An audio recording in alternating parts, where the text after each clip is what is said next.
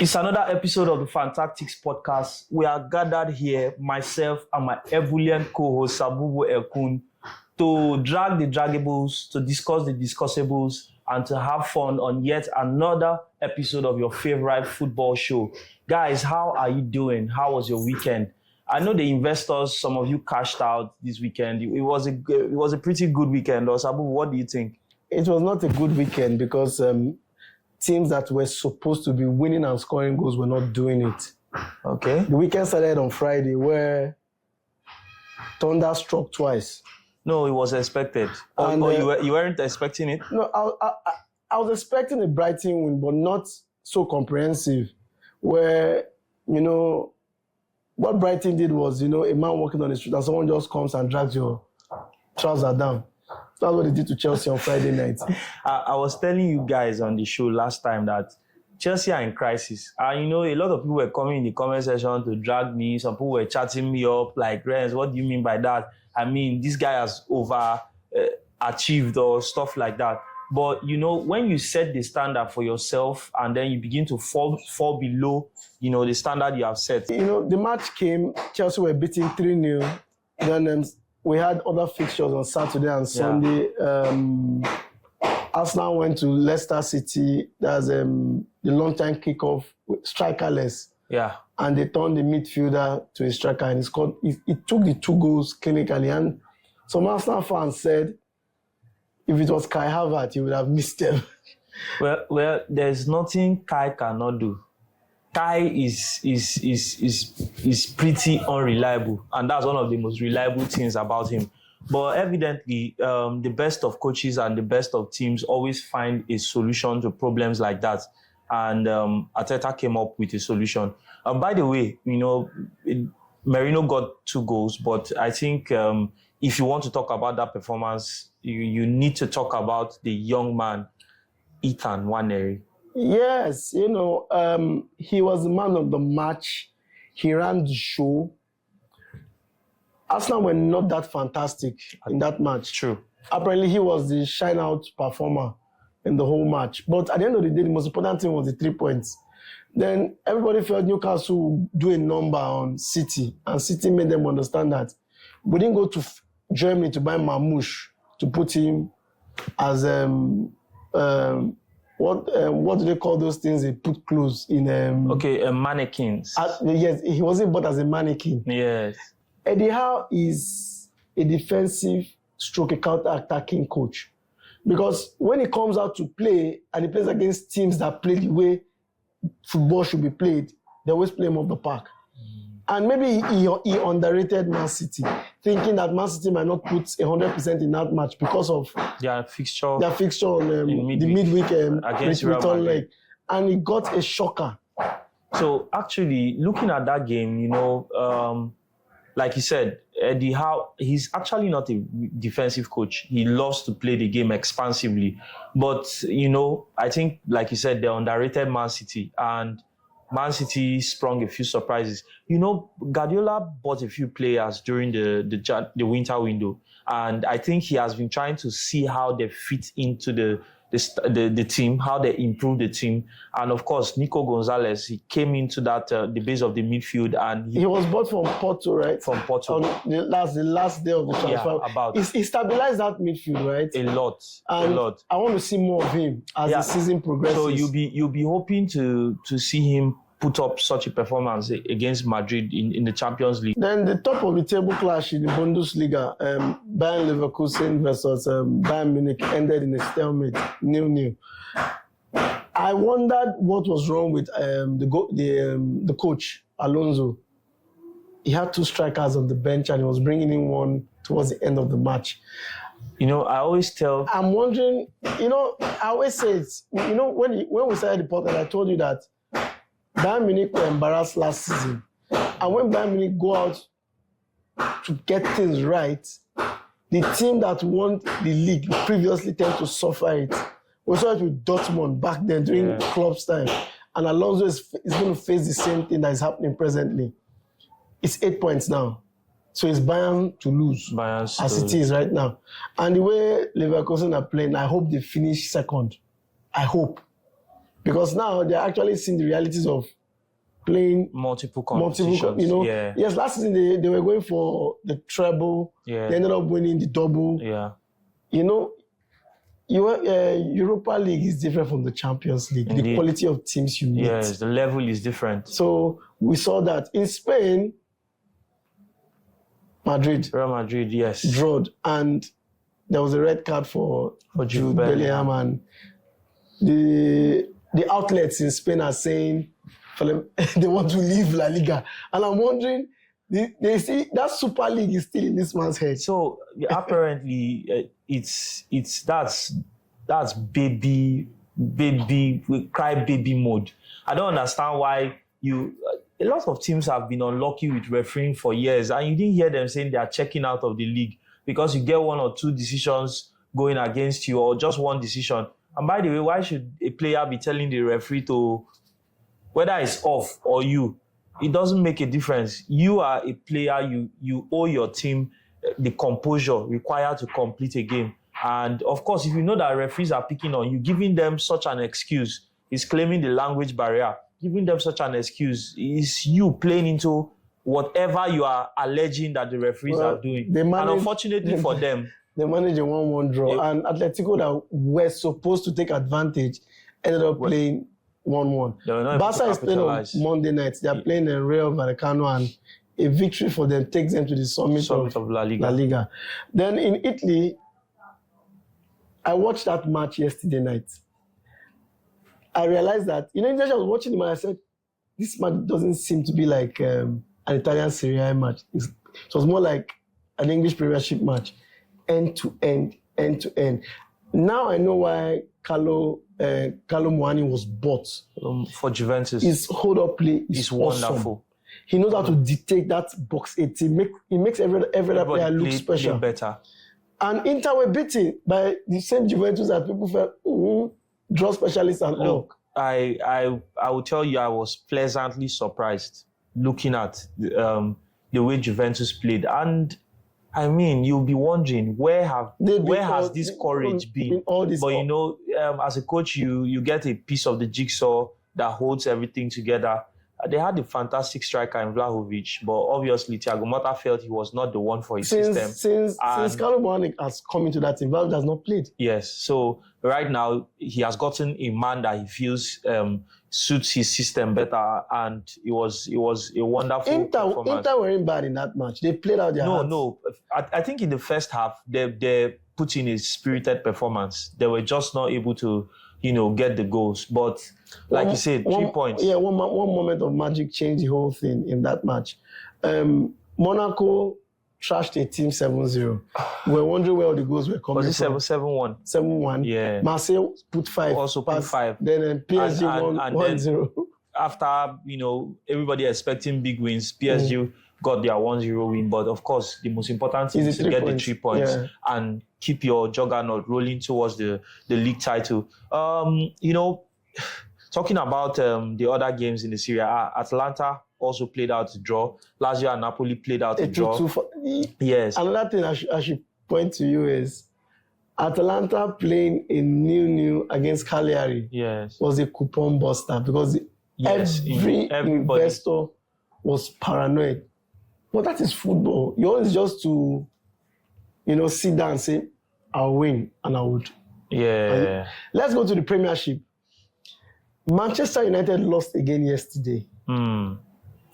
This is their worst start to a season since 1973-74, when they were relegated. Are you talking about starts to a season? Because the season is already halfway. Yeah, this is just not a start anymore. This is their worst. The worst is, because as it is now, they are in relegation form. And the amount of matches they've lost this season was the same as at when they were relegated in 73-74. Are we saying it's a relegation dogfight already for United? Well, United are still about 12 points from the drop zone. So you wouldn't say it's a relegation fight. But I think it's still a relegation fight. Why? Because they are relegating themselves into the backyards of football. A club like United, you expect them to be competing at the top of the table. You expect them to be in Europe, You expect them to be competing for trophies, but I just don't see it happening. And you could say they were unlucky because they got into some good positions yesterday. Garnacho spawned a very wonderful chance to, get the equalizer. But I mean, nothing just seems to be going right for them right now. And Amorim will be tearing his head out, wondering what can we do. He can't wait for the season to be over. I'm telling you. I kind of feel sorry for him because he'll be wishing he just waited till the summer before he took the job. Sporting Lisbon told him to wait, but he wanted to go. United gave him an ultimatum. That is why he left. That's pretty unfortunate. And I wonder how the board will be feeling right now, Ineos and co. Because, I mean, you got a manager in, you sacked your sporting director because he didn't want this manager to come in. He felt like you needed somebody else. And then, of course, you now fire the manager, fire the sporting director, and the new manager you brought in has not been able to, rally in any kind of way. Man United are still showing up sometimes and getting lost other times. It's going to be a lot of pain for Man United fans, as we have always said. But, I mean, they can just write off the season and look for what the summer will bring. Liverpool won 2-1 against Wolves, and they were very lucky in that match. Lucky is an understatement. Because Wolves were like wolves. They were like wolves. Yeah, you see, you can escape wolves, but you can't escape the bees. They were all over them. It was just... No, wolves hunt in packs. Yeah. You haven't heard that. So they were hunting in packs. But the irony about it was, that's why they could escape. I'm telling you the truth, because they were lucky to get that 2-1. They were. And from what I have seen, the coach has to start rotating that team as much as possible, because I can see they're already tiring gradually, especially if they play against teams that come at them. So before the game, Arne Slot came out to compliment, Matheus Cunha. And, Cunha is set up for a very big summer. He's likely to join one of the top. He said, Arne Slot said he deserves to be in one of the top 5 teams in England. And he was not wrong, or he's not wrong. Cunha delivered the performance that was worthy of the compliments, given him by the opposition coach. Wolves were just unlucky, as much as Liverpool were lucky. Wolves were just unlucky. On a good day, they would have gotten a draw or more from that fixture. And as for Liverpool, it's fine. They hope to be champions. And in order to be champions, you need to get wins in games like that ways, where you are not playing at your best. We are going to see them play better. But obviously, they got the job done, which is the most important thing. And all the haters and naysayers will just have to wait for another week to see if Liverpool can drop points. Tottenham Hotspur, do you think their victory against United is a revival? I won't call it a revival. Why? Because they have had some good games like that, and they still fall back into their usual drudginess. But it is an opportunity for them. You can build on that momentum, and you go into your next round of fixtures, and you start to pick up points. They really need to climb the table also. Aston Villa had a draw with Ipswich, another coupon buster. People were thinking Villa would streamroll over Ipswich, but there was a red card for, I guess, Ipswich, and they struggled in that match. Rashford took a free kick that hit the crossbar, and Winkins did the rebound. Rashford was good in that match, and I asked myself, is it the environment? Is it the club? What is the problem? Even Anthony is shining at Real Betis. Yeah. So, Sabubu, we talked about this before. Manchester United is like, how will I put it, a Chelsea environment since Todd Boehly took over. It's not a ground where players can flourish easily. You need to have a strong mentality. The mentality of the likes of an African boy who has come from the worst kind of life and is chasing his dreams no matter what, in Amad Diallo to step up. He's injured. He's out for the season. He's now out of the season, which is very unfortunate for Man U. And then, of course, or the likes of Cole Palmer and maybe Moses Caicedo, there is an exception. Cole Palmer has turned to hot Palmer. It's not the cold person that he used to. Well, like I said, you cannot maintain the same levels all through the season there will be some off days. And Chelsea as a team are not helping that young man. His off days are becoming too much he now. deserves a lot more support. If the team plays well, he will play well. Okay. Why am I saying this? You know, most of the teams expect attention or expect danger from Kopama, and they gang up on him, they double up on him, they triple up on him. If other players are exploiting the spaces, that attention will be diverted, and he can also get into the game better. But man, Chelsea is another story. Well, as it is, I feel there's one thing I noticed about Enzo Maresca is he has a plan A and doesn't have a plan B. I don't even know if he has a plan right now. To be honest, I don't think he has a plan. It's not looking like it. The selection, the team selection, the tactics, the substitutions. Enzo is squandering the confidence. Did you see your Loni at Juventus giving the man of the match performance yesterday? And I asked myself, this guy's supposed to be playing for Chelsea. Look, let me tell you. You see Chelsea and their matter. Just leave it. Just leave it. Did you say Juventus? Which player are you talking about? Renato Viega. Yeah. I was also looking at João Felix, a player that Chelsea said surplus to requirements. Man, look, honestly, Chelsea have a lot of work to do to sort themselves out. I think it's only Arsenal that tends to suffer from Chelsea's misfortunes because by giving you because as it is now, if it gets to a point, maybe if Arteta is doing press conference, he should list telling us injured, even if he's not injured. Guys, we'll go for a short break. When we come back, we are going to be diving deep into the fixtures that are running at us. The season is heating up, and yes, we are here to take you all the way. The playoffs starts on Tuesday. A lot of teams, their season depends on this Champions League. This week, a lot of managers, their futures hang in the balance. Be decided. Do you want to call any names? Not at all, not yet. Okay. So AC Milan will play Feyenoord. The first leg in Holland ended with Feyenoord winning 1-0. So Milan has a lot to do.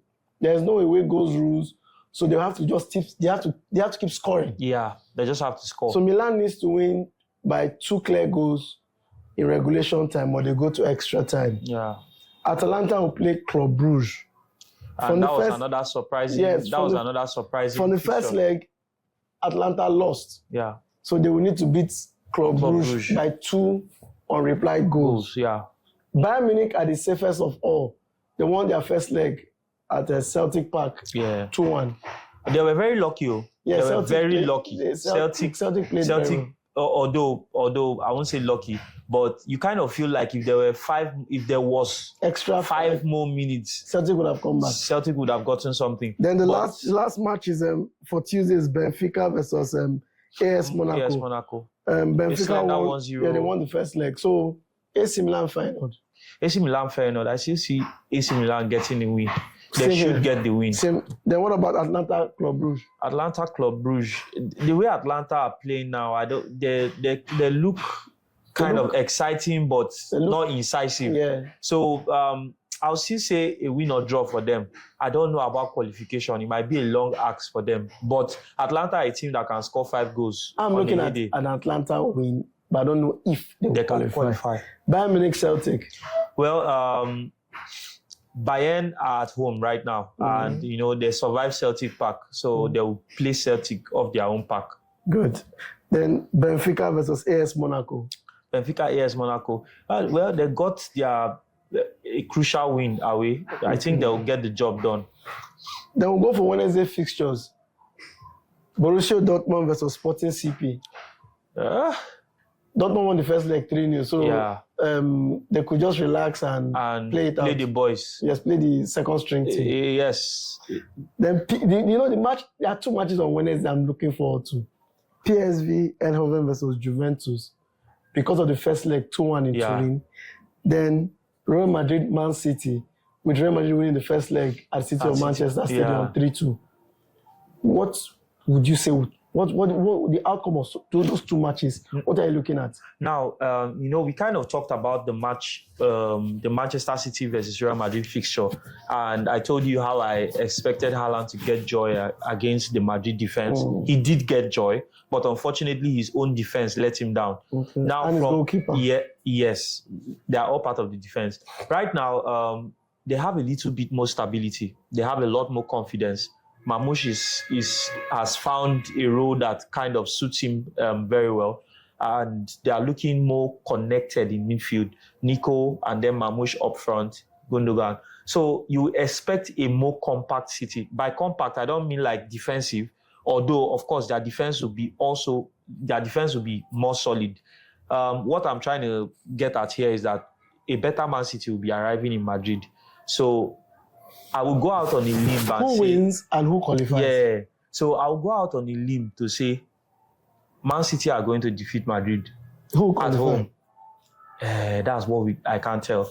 I really can't tell. But it's a slender one-goal margin and there's no away rules. So Man City can only go through in regulation time. Yes. If they win, if they score 2 clear goals.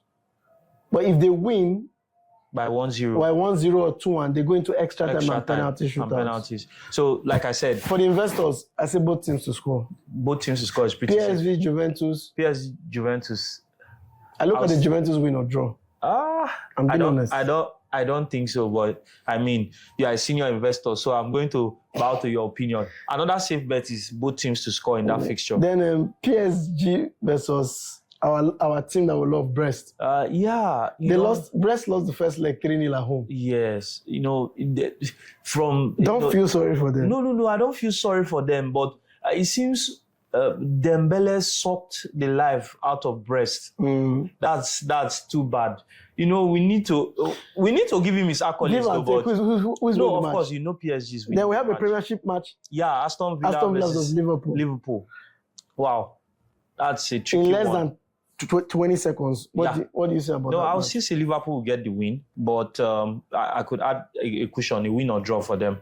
I look at the Aston Villa win or draw. Aston Villa win or draw. And Europa League has return leg fixtures. AS Roma, Porto, FCSB, Gala. I don't know. They messed up. They lost 4-1. Yeah, Ajax will play Union St. Gallen. Yeah.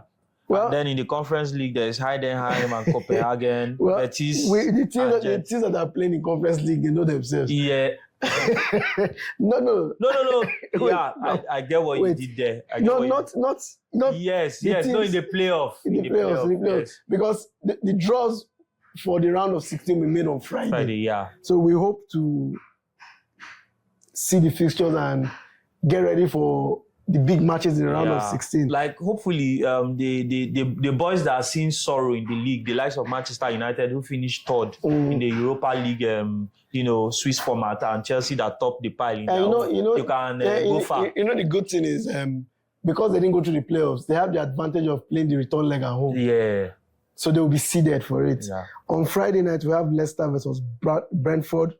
I don't know what will come out of that match, but I know that both teams to score. Then I don't know about both teams to score, but I would say Brentford win or draw. Okay, fine. Then on Saturday, United have another match. They are the ones starting Saturday fixtures, the long time kickoff. Early kickoff. And if they fail to beat Everton, if they fail to beat Everton, officially United are in the relegation battle.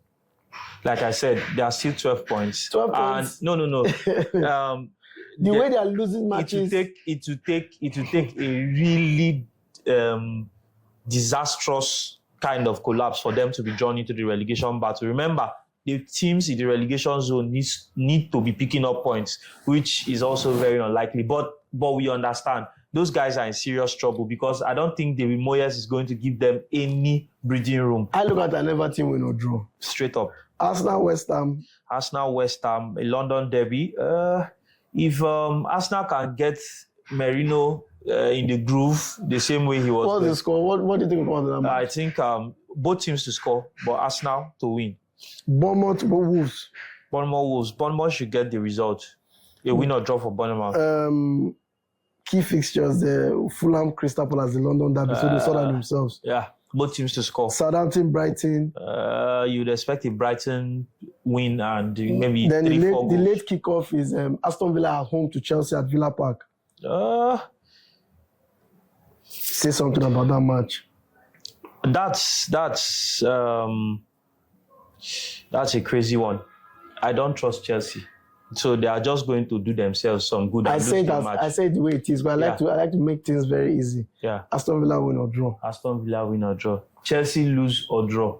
So let's go to the German Bundesliga. 2 key fixtures. Yeah.